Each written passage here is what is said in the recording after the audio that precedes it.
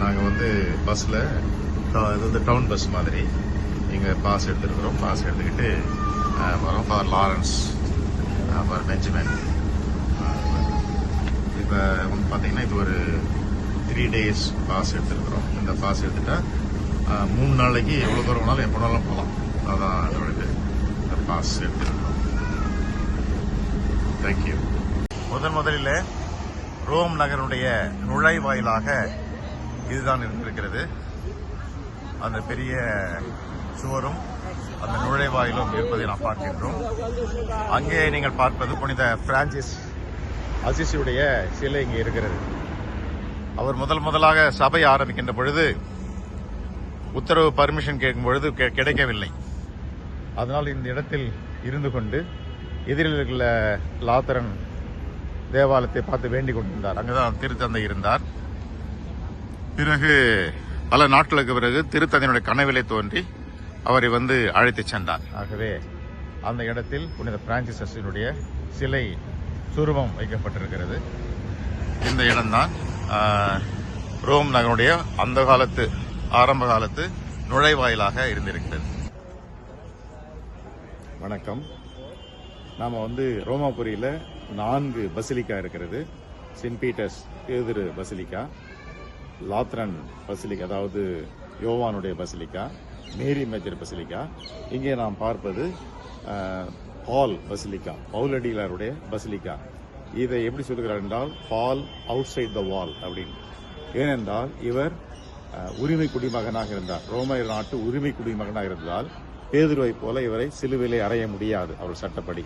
எனவே அவரை கொலை செய்தார்கள். கத்தியால் வெட்டி அவரை தலையை வெட்டி அவரை கொலை செய்தார்கள். வெட்டி அவருக்கு உள்ளே புதைக்கக்கூடாது. ஏனென்றால் ரோமாபுரி மக்கள் புதைப்பதிலே உயிர்ப்பிலே நம்பிக்கை இல்லாதவர்கள்.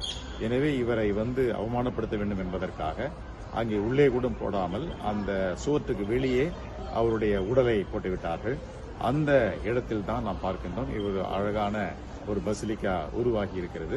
இந்த பசிலிக்கா பவுல் பசிலிக்கா என்று அழைக்கப்படுகிறது. 4 பசிலிக்காவிலே இது ஒன்றாக இருக்கிறது. அந்த இடத்தில் தான் நாம் நின்று கொண்டிருக்கிறோம்.